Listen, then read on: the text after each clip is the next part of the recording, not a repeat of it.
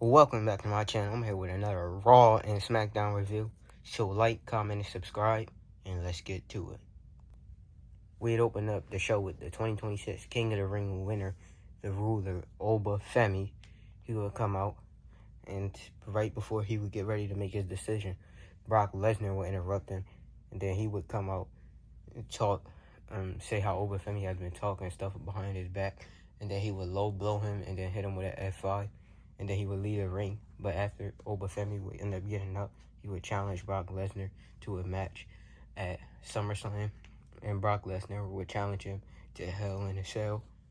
I think this is going to be a really good match. I'm ready for this match. And I guess we will be getting two matches from Oba Femi. Let me know your thoughts on this down below. Next, backstage, we would see Paul Heyman talking with Adam Pearce. He would basically tell him to make it happen. Then here would come Austin Theory, and he would say how he hasn't seen him and why he had no idea he was coming, and is he gonna go out there for his match? And Paul would be like, "Oh, you didn't know? Now you know." Kind of disrespectful. I wonder if he's trying to lead a vision. Let me know your thoughts on this. And then Adam Pearce would ask Oba Femi, "Is he sure this is what he wants?" And he would say, "Yes, it is," and how it needs to happen. Let me know your thoughts on this down below. Next, we'll have Rey Mysterio versus Ethan Page in a pretty solid match. I kind of enjoyed the match. Rey Mysterio ended up picking up the win. A clean match, no outside interference. Let me know your thoughts on this down below. Next, we see JD McDonough and Dominic Mysterio backstage looking for Danhausen and their money. Then they would take something from Danhausen. Let me know your thoughts on this down below. Next, we have the Street Profits and Joe Hendry come out for a championship celebration. Joe Hendry would perform a song for them, and then he would get interrupted by Austin Theory. And Austin Theory would say he would beat him and how he beat John Cena, even though he was destroyed on the mic by him. Then they would challenge each other to a match. Let me know your thoughts on this down below. Next, we would see Joe Hendry versus Austin Theory. It was a pretty solid match. Joe Hendry ended up picking up the win. Let me know your thoughts on this down below. Next, we have the Queen of the Ring winner, Io Sky, come out. She would talk about how she beat Liv Morgan and how she will beat her to become the new Women's World Champion at SummerSlam. Then Liv Morgan would come out and she would say she only got beaten because she was cursed by Danhausen. And she would say how that's not going to happen this time and it's not good when you... And she doesn't respect her no more. Then she would set a trap, and then Roxanne and Raquel would come out at first. Io Sky would take all of them on, and then she would just end up getting beat down. Let me know your thoughts on this down below. Next, we have LA Knight versus Jimmy Uso. Match was a pretty solid match. These two have great chemistry and work well together. LA Knight would end up kicking Jey Uso, and then Jey Uso would cost him the match. Then he would end up being rolled up by Jimmy, and Jimmy would pick up the win after the match. So then they would get into it, and then Solo Sikoa would come in, Simone spike Jimmy Uso, and then LA Knight would beat Jay. Seems like we could be getting a tag team match between these two at SummerSlam. Let me know your thoughts down below. Next, we would see the Usos backstage with Jacob, and they would ask where he was. He would say he has orders from the OTC, and he would go to Smackdown to finish it with Solo. And then Jay would say, well, he gets are going there together because Sammy ain't got no challenger. Basically, I guess confirming that Oba would choose Roman and how they'll be riding together. Let me know your thoughts on this down below. Next, we see Chad Gable and Maxine talking, and she would say how she meant everything she said, and she apologizes for the way she handled it. Chad would say how she doesn't have to apologize. Let me know your thoughts on this down below. Have Raquel Rodriguez versus Maxine Dupree winner challenges Soruka for the Women's Intercontinental Championship. Raquel would end up picking up the win. The match wasn't very long. It was kind of, Maxine did get some offense, but Raquel ultimately ended up picking up the win. Let me know your thoughts down below on this. Next, we have Chad Gable versus JD McDonough in a really good match. I really enjoyed this. I would love to see another match between these two. Dom was there ringside. He would get distracted when Danhausen would come and deliver a briefcase, and then he would chase him off, and then Chad Gable ended up picking up the victory. Afterwards, they would go check the briefcase. It was money in there, but they would get hit with like some powder or something, and then Danhausen would take the jersey off of him, and then Raquel Rodriguez would attack him and take the jersey back from him. Let me know your thoughts on this down below. Next, Maxine Dupree was backstage talking with Austin Theory. He would ask her what was that talking about with Chad, and he would say if she wanted to go down that road again, maybe this isn't working out. Then Alpha Academy would come and check on her and ask her was she okay, and she would say she doesn't know. Let me know your thoughts on this down below. And in the main event, we have Roman Reigns come out with Jacob Fatu, and then as he would tell Atlantic City to acknowledge him, out would come Seth Rollins to interrupt him. He would challenge Roman Reigns, and Roman Reigns was telling him he's at the back of the line. Seth Rollins says when it comes to him, he's always at the front of the line. He says he's coming to collect that World Heavyweight Championship.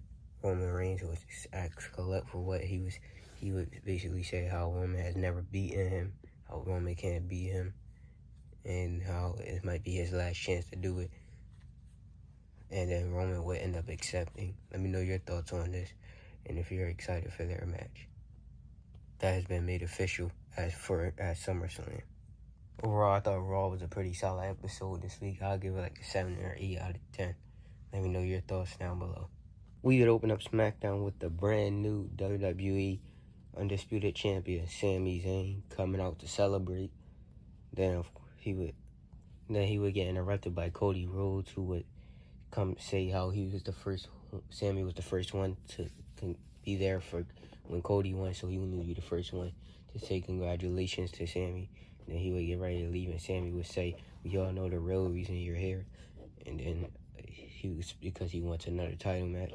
Then Jey Uso would come out and interrupt him, and he would say this was his warning shot and how he was coming for the title to leave it in the family. Sami would say, as far as he's concerned, it is in the family, basically, because he's the honorary Uso. And then Cody would say they were just talking about his rematch, and then Sami would tell them both to stay away from him.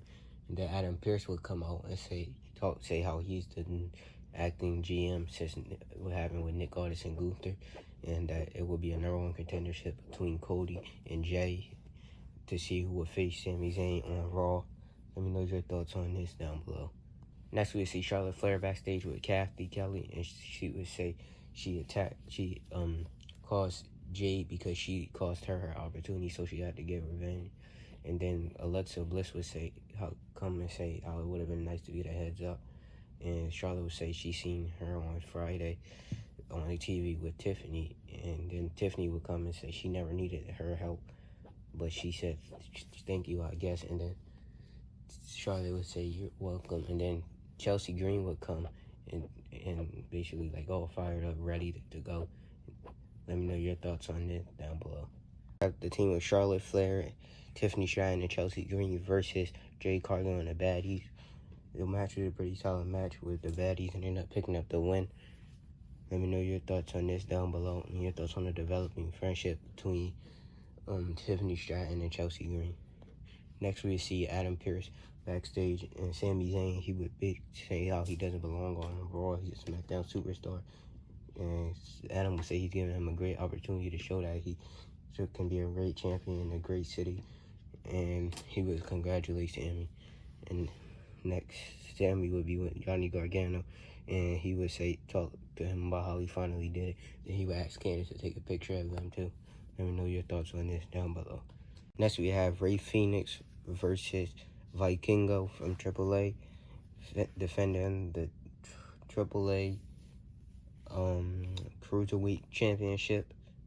Match was a good match. I think we would have all expected from those two. Rey Fenix will end up picking up the win, still remaining the champion. I enjoyed this match. Let me know your thoughts down below. Next, we see Julia being interviewed backstage, and she would say she put Kiana behind her and how she'll fight Big Monroe anywhere. Then Kiana would say she got lucky, and then Blake would attack Julia, and then she would attack Kiana as well. Let me know your thoughts on this down below. Next, we see Jimmy Uso with Jacob Fatu saying how they have to play the run, and then Royce Keys would come and he would say, "What's up?" And he would say how he hasn't been able to call or whatever. And then Jimmy would say stuff about family business, and he would say blood doesn't make you family. Loyalty makes you family, and how he's been there for since day one. Jacob didn't end up saying anything. Let me know your thoughts on this down below. Next, we have the United States champion Trick Williams and with Lil Yachty come out. And then before they even got a chance to say anything, out would come Carmelo Hayes to challenge for his title match. Lil Yachty would give him a match next week, but it would not be for the title. And then Trick Williams was backhand him. And then after they thought LaMelo was down, LaMelo would jump over and flip over the top rope and take out Trick Williams. Let me know your thoughts on this down below. Next, we have Lainey Reed of Fatal Influence versus Brie Bella with Paige by her side. Lainey Reed ended up picking up the win in a pretty solid match, with, of course, the numbers game helping her out. Let me know your thoughts on this down below. Next, we will see R-Truth and Damian Priest backstage with Fraxium. R-Truth was competing in a hot dog eating contest with Nathan Frazier, and he would end up winning. Then here will come the War Raiders once again challenging them for the tag titles. They would accept. Let me know your thoughts on this down below. Next, we see Finn Balor and Cody Rhodes backstage. Cody Rhodes will welcome him to Smackdown, and he would say he wanted, one of the main reasons he came to Smackdown was to face Cody and was hoping it was for the title. So he told him to go get it back, and it starts tonight. He will wish him good luck. Let me know your thoughts on that. Then after that, Tonga would say he spoke to the elders, and then him and Tonga would end up attacking Finn Balor. And he would say he's erasing everything from his past. Let me know your thoughts on this down below. In the main event, we have Jey Uso versus Cody Rhodes to determine who will be the #1 contender and face Sami Zayn on Raw. Cody Rhodes ended up picking up the win in a pretty solid match. I enjoyed the match. I don't really care to see Cody versus Sami, though. I hope he doesn't take the title off of Sami, because I don't want another Cody reign for a good amount of time. Let me know your thoughts on this down below. Overall, I thought Smackdown was an okay show this week. For going back to 2 hours, I gave it like a 7 out of 10. Let me know your thoughts on it down below. Till next time, like, comment, and subscribe.